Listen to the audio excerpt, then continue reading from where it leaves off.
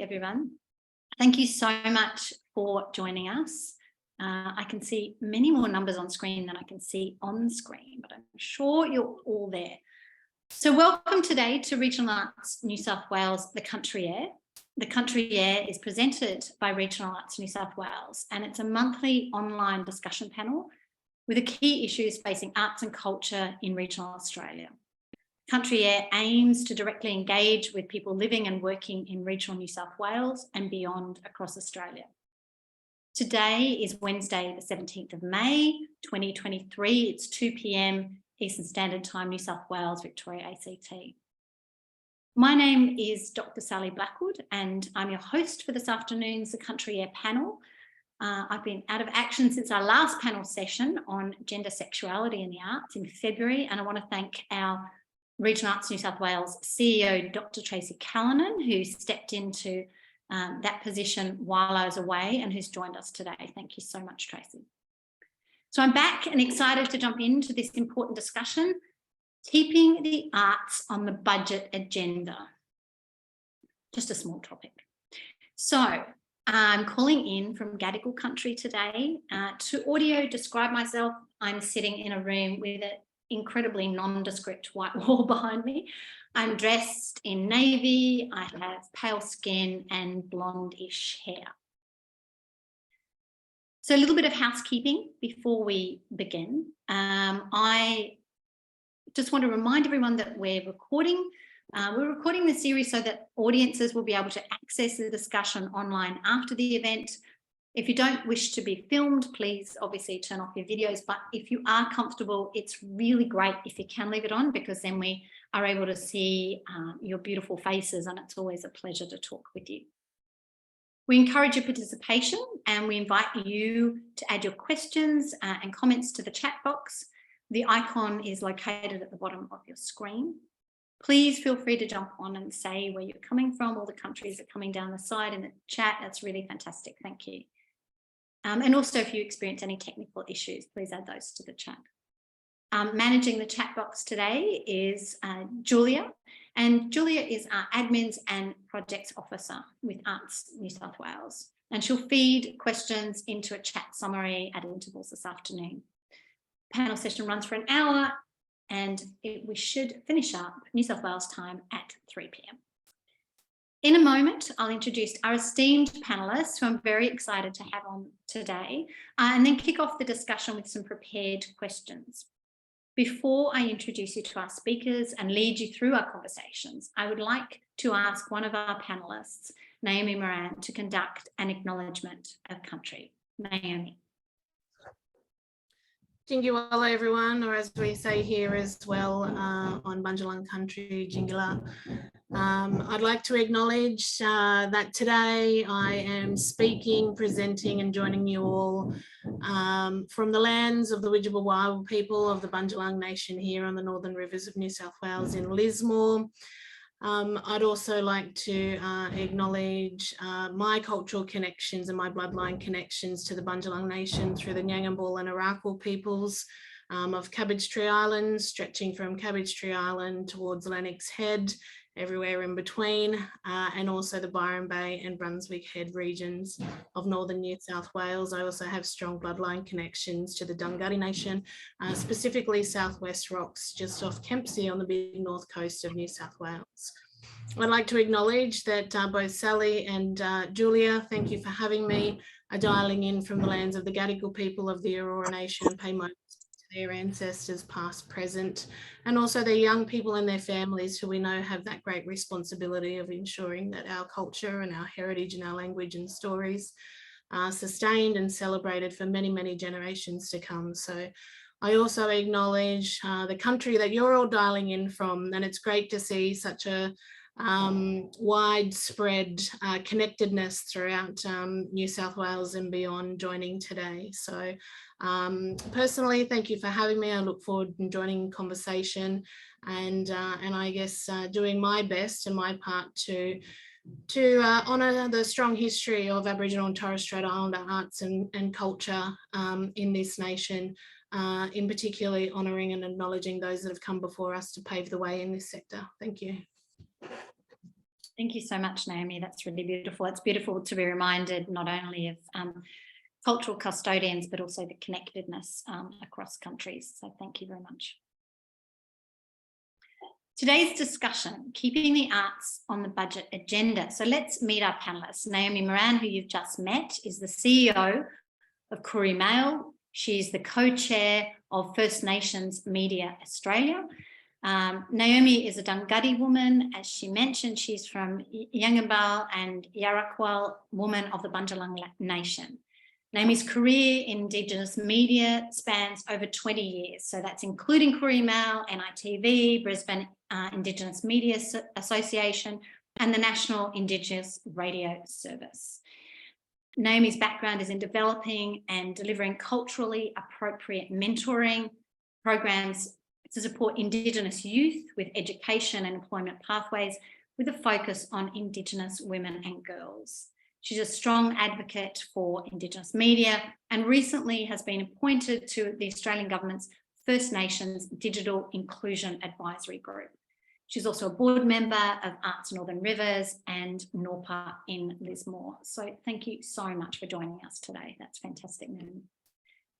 Monica Davidson is also joining us today. She's a founding director or director and doyen, as she says, for Creative Plus Business. She was appointed Australia's first creative industries business advisor by New South Wales Department of Industry. She created Creative Plus Business in 2016, which is dedicated to educating creative people in small business skills. She's also the author of Freelancing Dummies, a book, and a renowned teacher and speaker. In 2014, she was named one of the Westpac 100 Women of Influence for her work in the creative industries. And in 2019, Monica won the QUT Creative Enterprise Award for being a creative trailblazer. She's also a filmmaker and a writer, and she's just created a documentary called Handbag, which will be on demand SBS this year. Very exciting. Thank you so much for joining us, Monica. Our third speaker, last but very much not least, Ros Abercrombie, is the Executive Director of Regional Arts Australia. We're very excited to have Ros on board today. She's got over 20 years experience in the creative industries, working as a CEO, creative consultant and festival director. At Regional Arts Australia, Ros facilitates cross-sector, multi-arts and intergenerational connections across the arts and creative industries in rural, regional and remote Australia. Previously, Ros was Program Director of Moomba Festival, Creative Director of the City of Melbourne New Year's Eve, CEO of Shepparton Arts Festival, Visual Director of Midsummer Festival, etc. She's also a board member of Abbotsford Convent. So thank you so much for joining us. As I mentioned, we've got our CEO, Tracy Callanan from Regional Arts New South Wales, and Julia Georgie also. Let's jump into the discussion. Keeping the arts on the budget agenda. So in response to the federal budget 2023 announcement, how do we ensure the participation of the arts and culture maintains a place in the hearts, minds and wallets of all Australians? So in the wake of continual rate rises, the unsustainability of the cost of living, how do we keep arts on the national and personal agenda, especially in regional New South Wales? Jason Blake wrote in 2023 budget, How Did the Arts Fare, in Limelight on the 10th of May. As most in the arts sector expected, Federal Treasurer Jim Chalmers' announcement of the 2023 budget contained no major art directive initiatives beyond those released in weeks prior to the budget night. Previously announced spending included $7.7 billion over 5 years to the ABC and SBS, $535 million over 4 years to support national institutions such as the National Library, National Gallery, National Portrait Gallery and National Archives, and $286 million over 5 years for the National Cultural Policy Revive. I'm going to go straight to Ros. So in this federal budget, 2023-24, which was released on the 9th of May, what does this mean to the arts? What does it mean this week? What does it mean this month? What perhaps could it mean this year? Great. Hi, everyone. Thanks for having me. Well, I think there's a few things there, obviously. I think the first thing that I'd like to sort of mention in response to the overall budget is that I think it is important to note that it's only the second time this century that arts and culture has been mentioned in a budget speech. And previously that was in 2021. So I think that's really, really significant that that the arts does actually get mentioned in a budget speech. And Jim Chalmers highlighted in that speech that the investment in the cultural sector was as part of the targeted support for strategic value-adding industries. And I think there's some real positivities that we can take from a sentence. I know it's only a sentence. I'm not, not leaning in within that one sentence. It's an hour-long speech and we had a sentence in it, but it's the first time we've had that sentence, was the second time in the century. A sentence that says that the investment in the cultural sector as part of targeted support for strategic value-adding industries, I think is a really opportunity positioning statement that the sector can then build on and can then run with, and there is a value to that statement. To the comment that you mentioned earlier about the monies that we saw in the budget, obviously there was investment announced at the launch of the National Cultural Policy, and there were various investments announced in the weeks leading in. I'd say there's nothing unusual to that there's pre-announcements to a budget. I think you get nervous when there's no pre-announcement in your sector to the budget, because that's definitely, I would always rather there be some pre-announcements leading in than silence, because you're only going to build from that. And I think, there are some good figures in there. We also have seen what was announced for the National Culture Policy come through. And I don't think we can underestimate, there is a government process. There are mechanisms that have to go through a budget process, and it would be very unlikely that you'd have a pre-announcement in January not come through the budget. But with all that we saw happen from the end of January through to May, I would say that the fact it's still there is a really good thing, and that there's a value there for the arts sector. And I think the figures are there, as you just reeled off, around revive the collecting institutions. And I think from a screen perspective, I've got some figures here, like there was, just over 12 million for international investment into the Australian screen industry, 6.9 for Ausfilm for screen productions in Australia. And then there was the 9 million for national arts touring organisations. So there's a bit of a mixed bag. There's some parts of our sector that don't have lines. And there's, that we would like to see there be lines to that. But then I would like to sort of bring us back to the National Culture Policy and just go back to the Prime Minister launched that on the 30th of January. And in that he said, let me find I just got the quote out here. The arts cannot be left simply to those who can afford it. It is an important part of our economy, and that is important to recognise that. It is also important to lift ourselves above the usual economic debate. That is about our soul, that is about our identity. And that was his statement at the launch of the National Cultural Policy. And I think there's something in both that and what Jim Chalmers says that we need to actually champion, in that there was a statement made at the launch that said there was an economic value, and that the government was putting investment to the sector. And then we saw that come through the culture policy. Then we saw that come into the budget speech, and we see that investment follow through. So I think all of that is really positive, and I think that is a very different space to where we have been of recent federal budgets. And I think we're finding ourselves now, we have to find a different way for the sector to both talk with, work alongside, and vision with across the whole of government. And I think that's really exciting. And I think we have a platform for that. The other thing I would say for this conversation, because we are talking regional, I would also look beyond the arts lines in the budget. And there were some other lines there that were very, investments in regional Australia, which can also be investments within arts and culture, arts and creativity, and particularly around the regional investment framework that the Regional Development Minister, Catherine King, established, with the priorities of people, place, services and industry.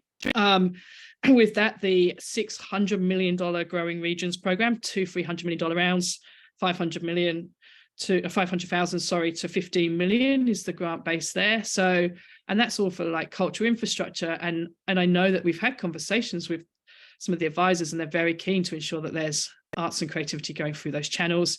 The National Skills Agreement that the Minister O'Connor has led for fit for purpose vocational education, and the 3.7 million that sits there, and then obviously the regional first time home buyers grant. So I think there's, without sounding like a budget reel, there are some things there. I think it's really important for our sector to look beyond our lines and beyond our boxes, and to actually be a lot more strategic in how we weave across those government priorities.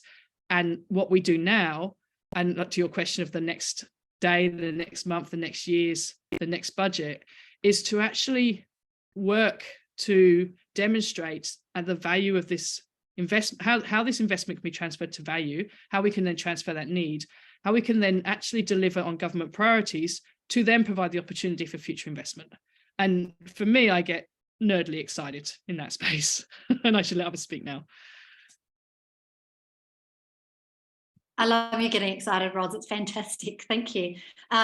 What stood out there is the beyond these the arts lines is really interesting, and I think that's something that needs a little bit more further investigation. I think thinking about whole of government, which you mentioned, and investment going into value, I think that's really that's a huge takeaway from there. Naomi, I'd love to jump to you, and as a bit of a follow-on, what stands out, and perhaps following on from some of the things that Ros brought up, as supporting or perhaps hampering the arts and culture in the present?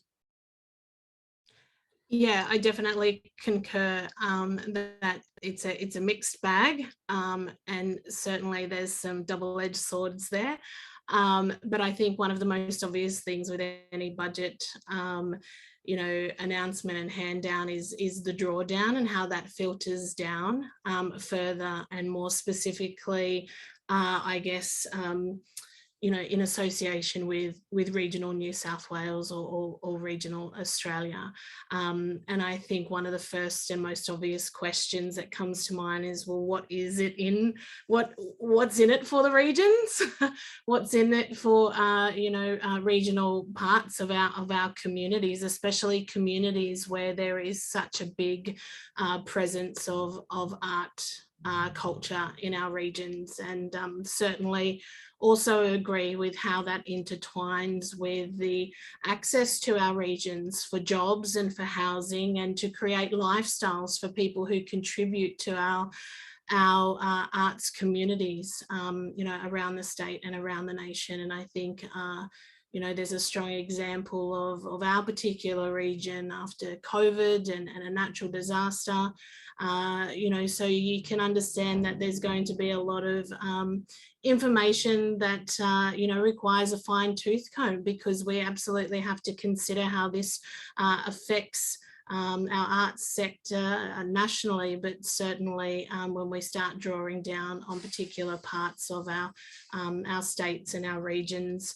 And obviously from the Indigenous context as well, is how do we continue to support and sustain arts in a cultural context for Aboriginal and Torres Strait Islander culture and histories, languages and stories, both visual and oral, which is absolutely imperative to the survival and sustainability of Indigenous cultures for the future generations to come. So I think there is always going to be a lot more work being done by those who are actively supporting the sector to really try and understand the drawdown. The announcement is one thing, and while it's welcome, and there are some wins and some really positive energy around that, I think people who are in positions of either working directly in our regional or remote organisations, and certainly occupying boards of peak bodies that support that, will now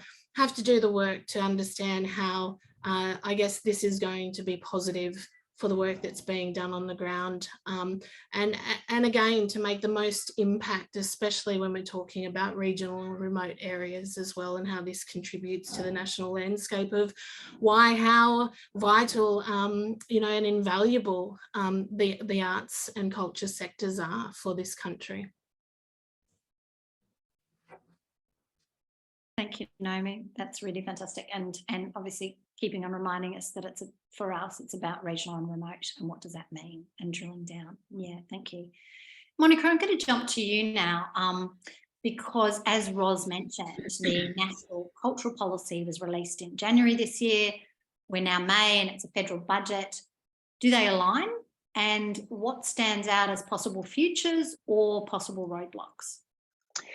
I mean, they do align to the best of what I could work out particularly from that sort of top line, you know, here's the policy, here are the 5 pillars, here's the budget, here's how they go together. You know, that all seems really pretty obvious. And honestly, if they hadn't done that, I think there would have been rioting in the streets. You know, that was, for me, that was the bare minimum of what I expected from this budget was, you know, we were all very excited to get a cultural policy for the first time in 10 years. But then the next question was, where's the money? Well, here's the money. And I'm a little bit, you know, I agree obviously with Naomi and Roz as well, is that, you know, for me, I'm thrilled that this high level spending is going to go towards cultural institutions and big picture policies that we've needed for a long time, you know, because frankly, for the last 10 years, we've been crawling through the desert towards repeated mirages. And every time we've got to a budget and there's been nothing there, we've just drunk the sand because we haven't got any alternative.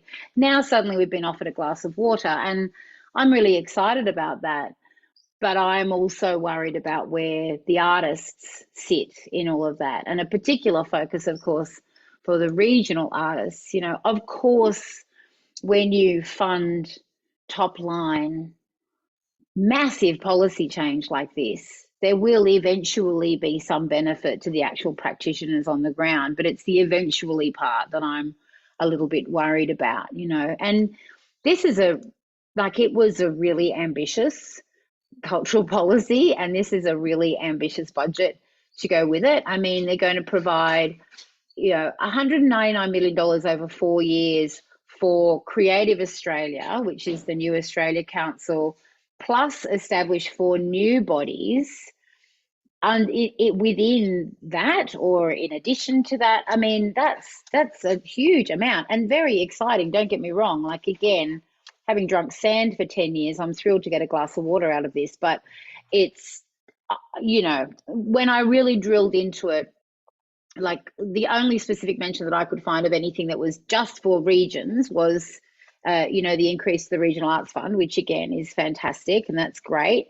But one of the, you know, and I know I'm not supposed to have favourites, but because we work specifically with individual artists, it was pillar 3 of the cultural policy, which is all about the centrality of the artists, that I was particularly invested in, which was, you know, treating artists as, you know, a valuable part of the economic chain in this great creative and cultural landscape. And that was the bit where I thought, okay, I couldn't see as many direct linkages between this budget and how artists are going to benefit as a central pillar from the policy. I am optimistic enough to hope that that drawdown will impact significantly on artists at some point, but unfortunately hardened enough over all these years to think, okay, well, how long is that actually going to take, you know?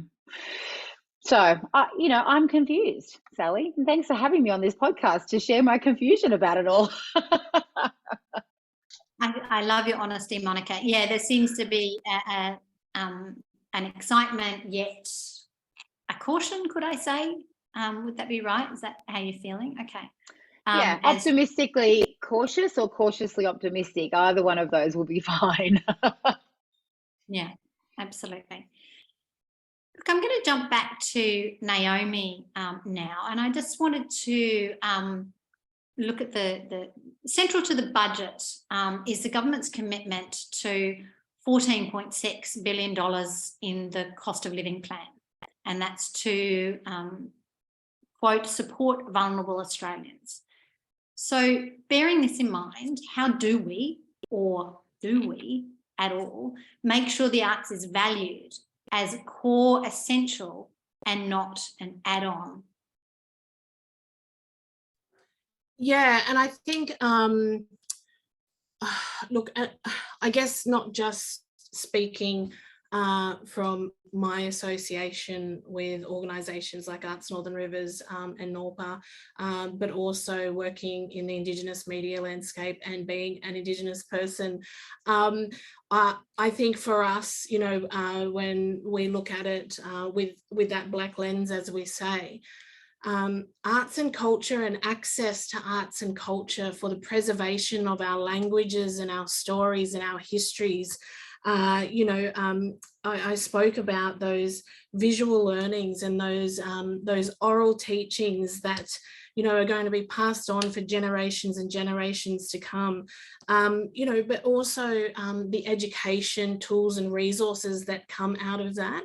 So you can imagine that this is also very much aligned with the survival of a culture, of a First Nations culture here in Australia. And so when I think about the cost of living, the targets around that and how that's going to affect some of our most regional and remote communities in terms of having that access to spaces and places and knowledge and learnings and teachings that is just so important for our young people.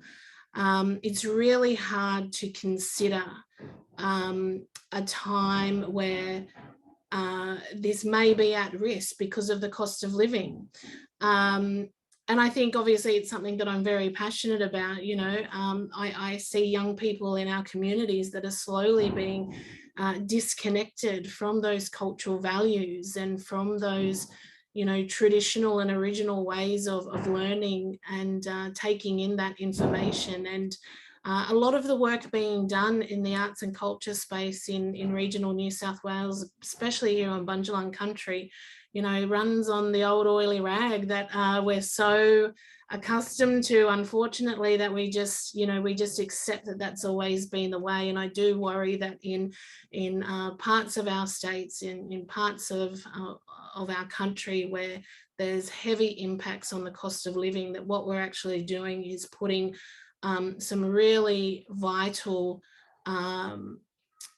opportunities for us to stay educated and informed and continuing this beautiful process of accessing culture and knowledge. We're putting that at risk because it comes with a price.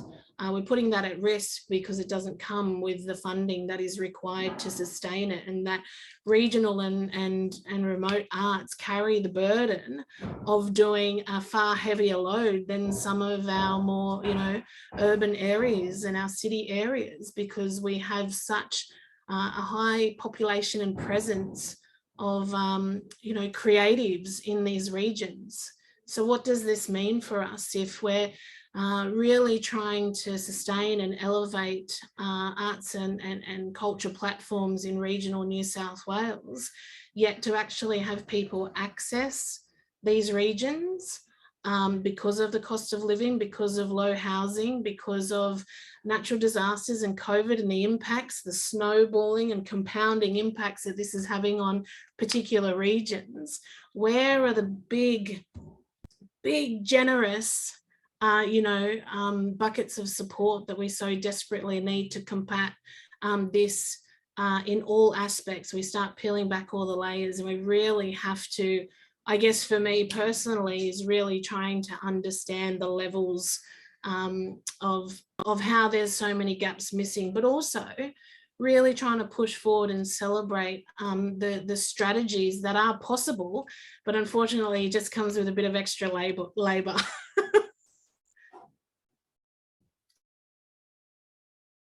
Thank you so much, Naomi. Absolutely. It made me wonder, Roz, you talked about the strategic value-adding industries. Do you think possibly that some of those, buckets of money or gaps that Naomi was just talking about could come through there, through the budget lines that are not art specific? Is that a possibility? Yeah, I think it's definitely a possibility and a conversation that at least could be had, absolutely, with, trying to get to the right advisors and the right ministers or the right grants decision makers in that space. I know with the what's it called, the Growing Regions programme, which is the 2 lots of 300 million, which is all around infrastructure, is that, I mean, they're not small grants. I mean, they put the Regional Arts Fund into beyond the Little League. I think they almost make us invisible, when the minimum of that grant is to have 500,000 and the maximum of that grant is 15 million. So they're not small amounts. The guidelines are online, and I'm happy to, I can circulate them, people can find them.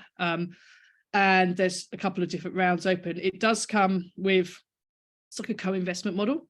like you have to bring 50% of investment from somewhere else, and it can't be from another federal program, but it can be from a state or from local government. So I think there's lots of opportunity there for that cross-government approach to regions, which is something I think we do need to get a whole lot better at. And it's certainly got a lens around local government, community organizations, local government, state and federal working together.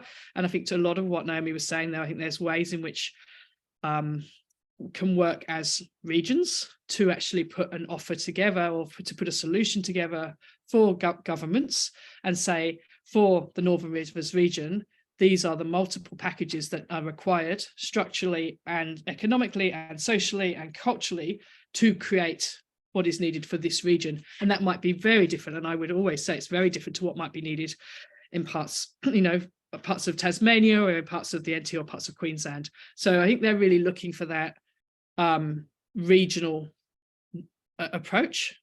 And I think there's definite possibilities there.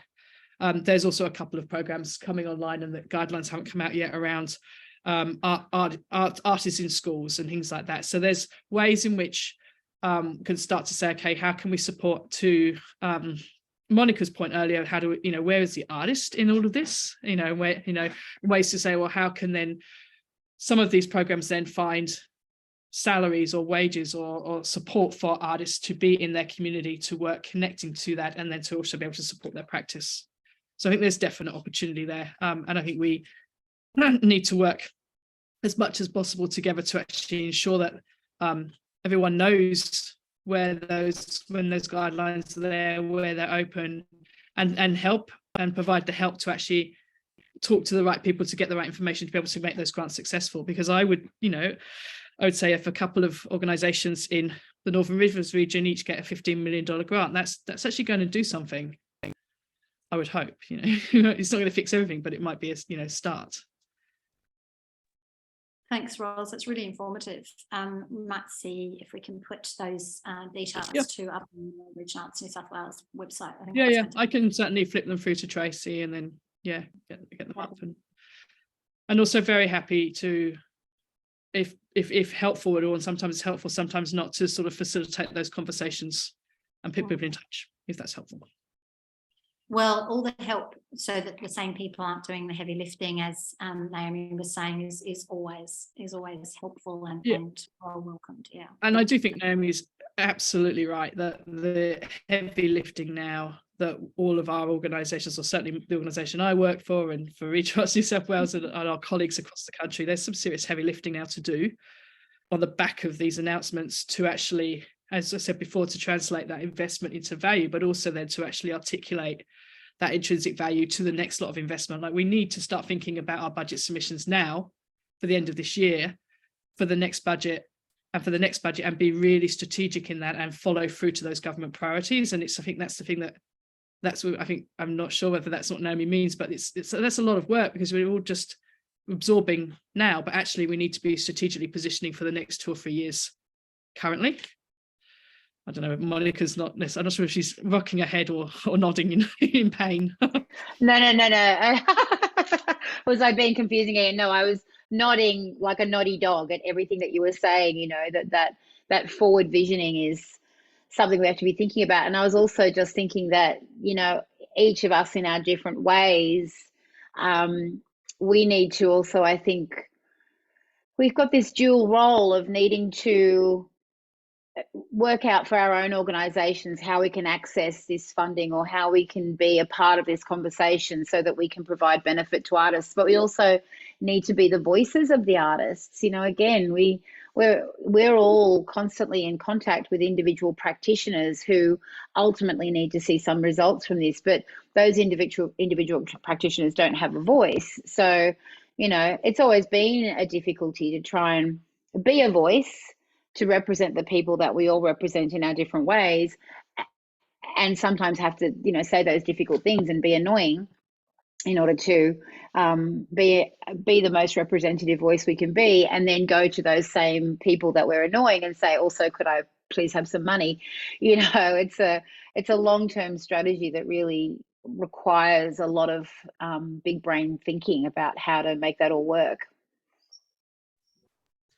Yeah, and again around individual and independent, practitioners is how do we continue to support them amongst everything else, that is part of that extra labour and load, to make them feel like that their voices are being heard, but also to I guess really actively ensure that they're the ones that are having seats around the tables that matter around decision making and budget handouts, especially, and again, speaking, I guess literally, from the grounds of a community like Lismore and the Northern Rivers, where there is such a high population of individuals here that feel like that their voices don't count around these key decision making opportunities. And I think this is where we tend to do more work, when we draw down and we strategize and we try to combat. And I mean, look, and I just want to acknowledge too that my association with some of the peak bodies up here is relatively new, but arts sector is so closely aligned with the media sector, especially with the Indigenous media sector. So I guess, and as a creative myself, and as some of you, will think quite visually as well, I'm just constantly trying to join the dots here to figure out how we can really contribute to the ongoing support that's needed, that is certainly out of our day jobs and out of any board or committee position that we occupy at times. But I think there's a real acknowledgement there of the ongoing frustrations that the individuals that matter the most as contributors to this sector are still not being heard. Sorry, she likes to get on her soapbox, this one. Never be sorry, Naomi. It's fantastic. We love to hear your voice. Thank you so much. I'm going to jump back to Monica, because it is something that I'd like to continue, thinking about artists. Monica, do you think, how could artists benefit possibly from the cost of living plan? Oh, it's a really difficult question. Thanks for throwing me the curly ones.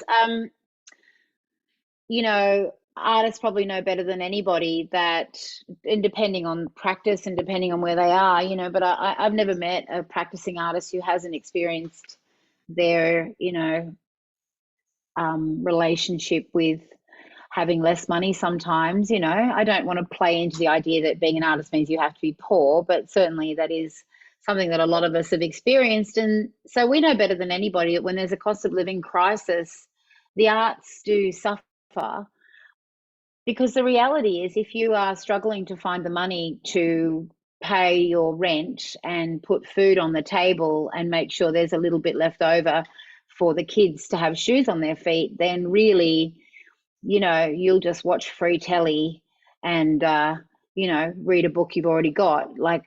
We have to be really clear, I think, about what we mean when we're talking about importance of our practices, the importance of the arts as this big thing that we're all kind of trying to keep propped up, when, the reality of people's lives is that they're having to make some really, really important decisions right now. And the irony is that artists are among those people. There are the practitioners out there who are at the same time, they're personally being affected by the cost of living crisis. And we talk to them every single day here. We talk to hundreds of practitioners every day who are trying to figure out how to pay their bills, and also trying to figure out how to work in an industry which, frankly, at a time like this, isn't particularly urgent for a lot of people.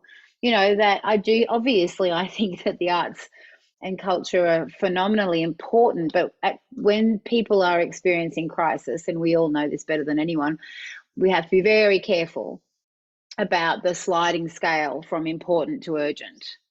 And when people are experiencing economic urgency, I sometimes think that, those of us who have got well-paid jobs in the arts need to just be shushies for a minute and let everybody get back on track, And I feel really uncomfortable saying that, because I know I'm essentially throwing my fellow artists under a great big economic bus, but I am hoping that there will be benefit for those artists. But I do see the irony of it, Is a better question, perhaps, pardon me, that it's not about the individual in that way, but it's more about the strategic policies that we're talking about, like the value adding of industry, and actually a game changer from federal government down to change the way in which the arts are seen, rather than the cost or the burden being put on the artist. Is that a better way to then look at it? Yeah, and that value add thing is something I'm really excited about. You know, the Creative Industries and Innovation Centre was that, you know, that was a long time ago now, put out a report that talked specifically about the gearing effect of the creative and cultural industries. You know, that when you give somebody a job, or when somebody is working in the creative industries, that can have a positive knock-on effect to, I think it was up to 3.4. Tracy will obviously have those numbers in her head as well, as I expect. So just the fact that anybody's talking about that again from an economic point of view is kind of thrilling. And that's where I get really excited about it. I mean, you know, I think that all of this support is, it's exciting, but I also think, frankly, it's the least they can do. What I'm particularly excited about is this, and it's buried in there if you just go digging in the policy, not so much in the budget yet, but like give them a chance. It's only the first one. Digging into the budget, I can see that there's actually quite a lot of digging into the policy. Sorry, I can see there's quite a lot of support in there for that economic stability of the arts, and a recognition of that as an important, not just a cultural place, but also an economic place, you know, which has, of course, been a thrilling argument that we've all been having for 2 decades about that meeting up place between arts and culture and economy and business. And, you know, my organisation straddles those two worlds very comfortably. But yeah, I think that's what I'm really excited about, because I'm a nerd. And I'm really excited about the, you know, Centre for Arts and Entertainment Workplaces that's in there, although it's now been renamed. What do they call it in the budget? They called it something else. So it's had a little name change, Creative Workplaces. That's fine too. I'm okay with that. You know, I think that's where we're going to see more of what you're talking about, but I think it will unfold in subsequent budgets. That's what I'm keeping an eye on.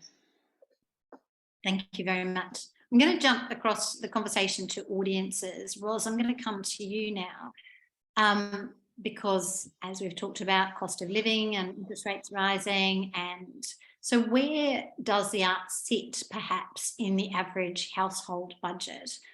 And what patterns have you seen emerging, not just thinking about the budget, but what has emerged post-COVID? Okay, thank you. I think firstly, I'd actually sort of say to that, I would like to sort of almost, I don't know, I think you said we could do this, like turn your question upside down, maybe a little. Please do. And I sort of think that we don't, not to look at it as not a one direction, one transactional thing. And when we look at the arts and we say in a household budget, it is about the equity of access to arts and cultural experience. And I think it's not, there is one element of that saying that is a budget transaction, saying I'm going to go and see a show, or I'm going to go to an exhibition, or whatever it is. So there is a fee transaction for that attendance. But I would also say that then there's access to arts and creative experience that is both as a practitioner to maintain your practice and to be able to show and things. There's participation and engagement. There's an audience member, and then there's in that connection to the community. And I think it's probably important that it's got all of those elements to that household budget. And I think if it's not necessarily about, then whilst there are certain parts of our sector that absolutely rely on a box office or a ticketed experience to consume of the product, there's also a lot that can be included in a household experience that isn't necessarily box office or ticket lines. I think that's one thing. The other part of that is, and I think Monica sort of pointed to a little bit in the previous conversation, is that we can start to see some of that value add coming through when we do, and you know, colleagues like Tracy and myself, you know, and our regional network, national network, when we start to get continuity of data over years, we can start to demonstrate impact, and then we can start to demonstrate intrinsic value. And so the Cultural Tourism Accelerator Programme of a couple of years back now, that had an investment of like 3.7 million, 3.5 million, had over 320 grants that were supported over that time. There were 54% of the audiences that went to those programs were from other regions, and they went specifically to that region to see that cultural activity, which I think is extraordinary. And then the direct impact of that program is coming in at $300 million. So from an investment then of 3.5 million, you're getting a direct economic impact of over 300 million, which is actually no small economic figure to work with. And I know I'm not answering your question because I'm sort of hoping I'm going to come back around and talk myself back around to it. But I think there's some things in there where we can talk about how all, those of us that are working with organizations that are connected to funding programs or connected to programs that can inform guidelines or have, ways to get funding out to artists or arts organizations or communities, the way that we can then measure those direct impacts, the way we can then support diversity of audiences to engage with those programs, to be participants in those programs, and also to ensure that there's artist fees and artist payments in those programs, all add up to, I think, a really important demand, so really important impact. And strangely, I think we can then draw a connect to then what that has to a household, how we can have impact to experience of cross art forms, experience of engagement or participation, or employment in the delivery of that festival or that event. And so I think I just wanted to sort of almost completely unravel your question, I know that, and say I think it's actually much more multi-transactional than that. And I think our job is to ensure that it stays in the mindsets of individuals and communities, that it is an option to engage, and it isn't necessarily a fee-for-service product exchange that only those who can afford to do it can afford to go. And it's our job to ensure that there are a range of different options or equity of access to those experiences, rather than there being just one point of contact in, which can be, can I afford to go to this? Can I afford the travel to get there? Potentially, whatever, all these other accommodations and other things that might add to that. And there might be a choice then made to, well, that's our mid-year break, or that's our long weekend away, and we can't afford that this year. I know I haven't answered your question. I'm sorry. No, I think that's really insightful, and just pointing out the binary factor of that question, and also underlining that it's not all ticketed consumption. And I think that's a really important thing for us to remember, not to forget that the arts is a business, but that the access and equity and ways in which we can do this in different ways. I was really interested in your cultural investment numbers, and they are significant figures, and that if it comes through cultural tourism, however that money is developed and however we engage is incredibly important. You mentioned community, and I'd like to jump back to Naomi just to talk a little bit more about community, because Naomi, you talked about the impact on community earlier, and how important that is in terms of participation and engagement, and not just in ticketed events, but in the intrinsic value of the arts as something that is about cultural heritage. Can you talk a little bit about that? Yeah, and again, certainly only trying to speak of my experiences and associations in this particular region, but also, I guess, again, how closely associated the arts sector is with the work that we do in the Indigenous media sector to share those stories and to share culture on many platforms throughout the Black media space around the country. And I think, I was listening quite deeply to the conversations around I guess how do we make it happen? How do we keep doing it? Talking about the labor, talking about not feeling like the voices are being heard, and I think again, in the cultural context and putting that Black lens of it, when we talk about how do we make this a core essential and not just something that is an option for those who can. When we look at delivering arts and culture for the preservation of culture with Aboriginal and Torres Strait Islander communities, it's always been a core essential for for us and for our communities. You know, for over 235 years since colonization, we have been running on the oily rag of core essential, because we know how invaluable that is to making sure that our children are strong, that our communities are strong, that this is so closely associated, if not, it is absolutely dependent on the identities of our young people.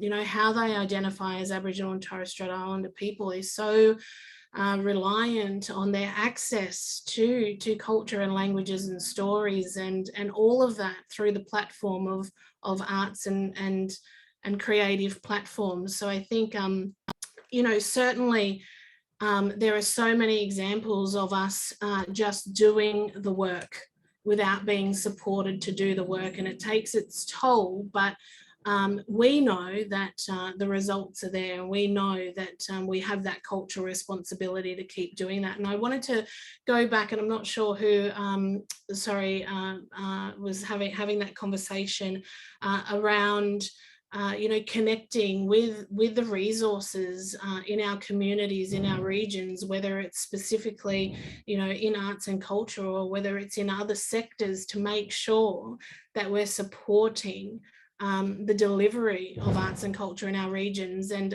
I guess as an example of that, you know, the Koori Mail is a national Indigenous newspaper, just so happens to be based in Lismore.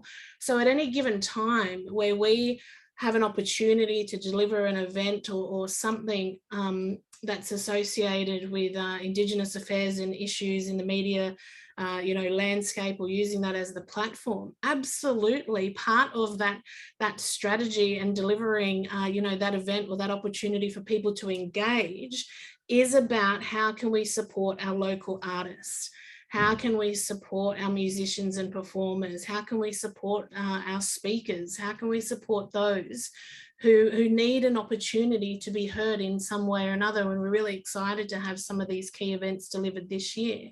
But again, that comes with a lot of independent, inside strategy and thought that isn't necessarily part of people's day jobs or everyday responsibility.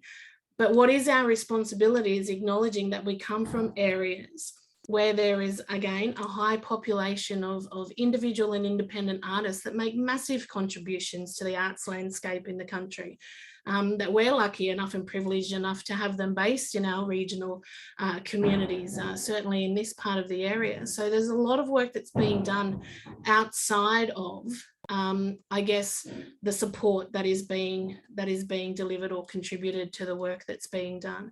And I think, you know, I definitely agree that having conversations with key people in our communities in key positions of leadership, whether it's their profile or not, within, you know, local politics or local, you know, parliamentarians, that they still need to acknowledge that in our regions where there's a heavy input of arts and culture and, you know, and creativeness, that they really do need to acknowledge that they're part of that as well, and that they too have a responsibility to ensure that those voices are being heard, or that those stories are being mentioned in their parliamentary deliveries and talk time, because this is their region as well.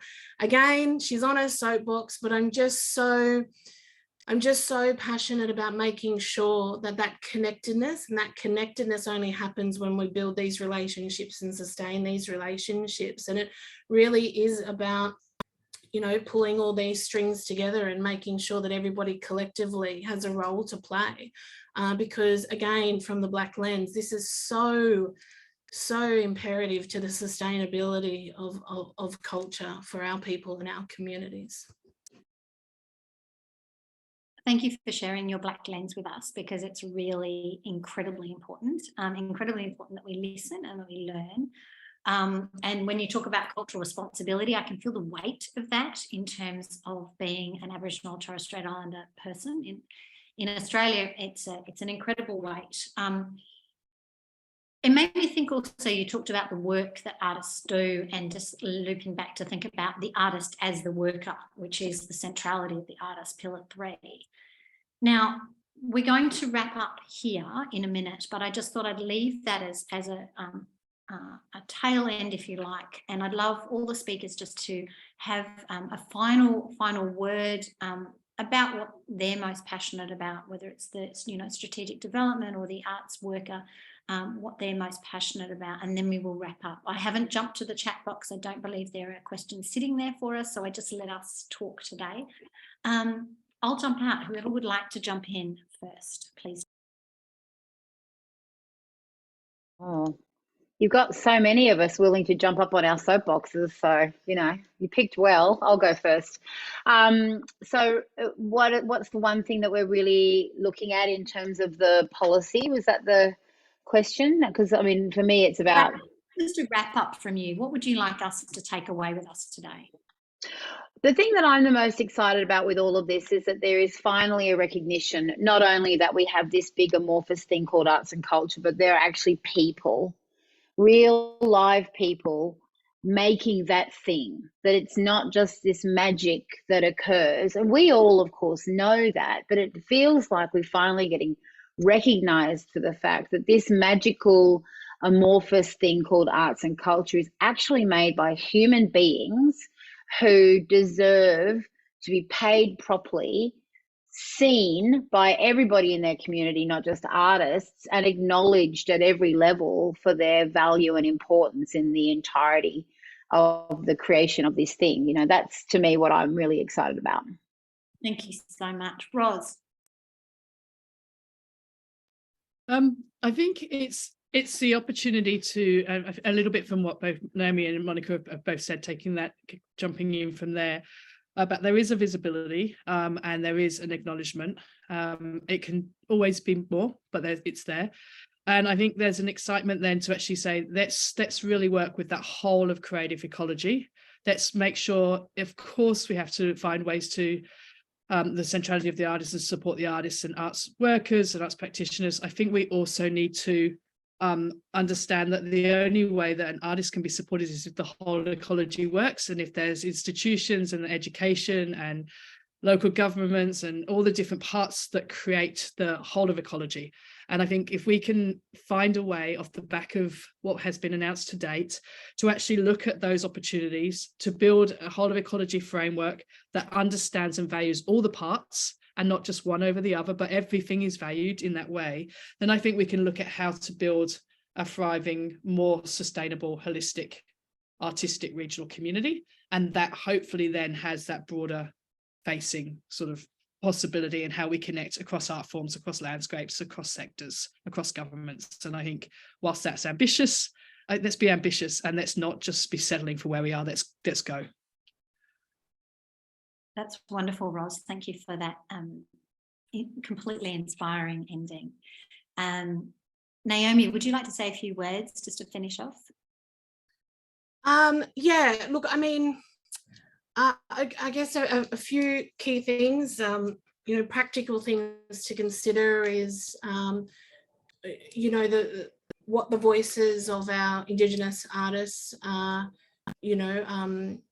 saying in terms of, I guess, their presence in our art sectors and spaces is, around Indigenous-led spaces and cultural centres to practice and to be present and to feel culturally safe in being able to, work as artists and creatives to contribute to our communities in the context of knowledge and education and the preservation of those languages and stories, but also making sure that that I guess, we talk a lot about cultural responsibility as Indigenous peoples and communities and what that means for us, but that everybody has, an opportunity to contribute to cultural responsibility to ensure that, First Nations, bodies are doing the work and that it's led by our Aboriginal and Torres Strait Islander peoples and communities in the arts sector. And I think also one of the biggest, the most obvious things is, when we talk about, budgets and the impacts of the budget on our Indigenous communities, and we know that that's a separate hand down to what we're talking about now, but just how much arts and culture contributes to closing those gaps for our Indigenous peoples and communities in health and education and in, issues in our communities, around violence or around any social issues that are inside our communities, that connection. And I said it earlier that there's this great sense that our generations coming through are disconnected from that. So I strongly feel and will always strongly advocate to support our Indigenous artists to practice and deliver in spaces that are culturally safe for them, that are Indigenous led, that are really protecting who they are as Indigenous artists, because having access to that as a community, and again, we know that we're doing the work, that contributes to how we're going to close the gap on these other issues that are so fiercely impacting on our Indigenous people and communities around the nation. So there's a really great opportunity to keep supporting that and actively working in this space. Thank you so much, Naomi. And my takeaway from that is looking at First Nations led, Monica talking about real life human beings, and Roz with a whole of creative ecology framework. And I think taking those three things into perspective altogether is a really important and kind of intrinsic way forward. So with that, I'm going to end here today. I just want to say thank you to everyone. Thank you to Regional Arts New South Wales for presenting this panel.